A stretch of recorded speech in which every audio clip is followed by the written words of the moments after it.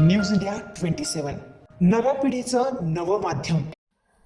कांद्याच्या घसरलेल्या भावावरून कळवणमध्ये शेतकऱ्यांचे संतप्त आंदोलन। कळवण तालुक्यात कांद्याच्या भावात झालेल्या प्रचंड घसरणीमुळे शेतकऱ्यांमध्ये तीव्र नाराजी उसळली आहे।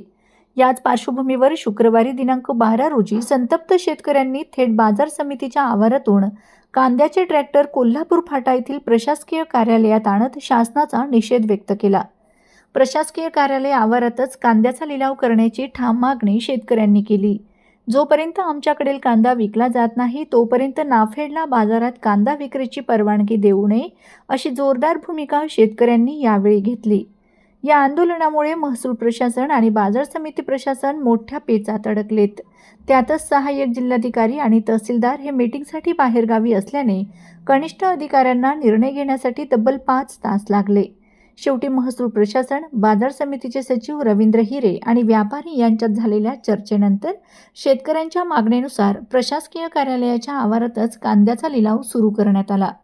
आणि शेतकऱ्यांची मागणी होती या प्रशासकीय कार्यालयातच लिलाव करावा, तर व्यापारी बांधवांनी साथ दिली व आमचे सर्व संचालक मंडळ सभापती यांनी सांगितल्याप्रमाणे व्यापारी आज आता लिलाव करतायत। परंतु शासनाने या आंदोलनाची दखल घ्यावी आणि प्रशासनाने हे जे आंदोलन आहे हे शासनापर्यंत पोहोचावं अशी ही विनंती करतो। मार्केट कमिटीचे जे कर्मचारी असेल, सगळे संचालक असेल, त्यांनी शेतकऱ्यांना आणि पोलीस डिपार्टमेंटचे सगळ्यांनी घेऊन शेतकऱ्यांना सहकार्य केलं। आम्ही सगळे शेतकरी त्यांचे आभारी आहोत, ऋणी आहोत।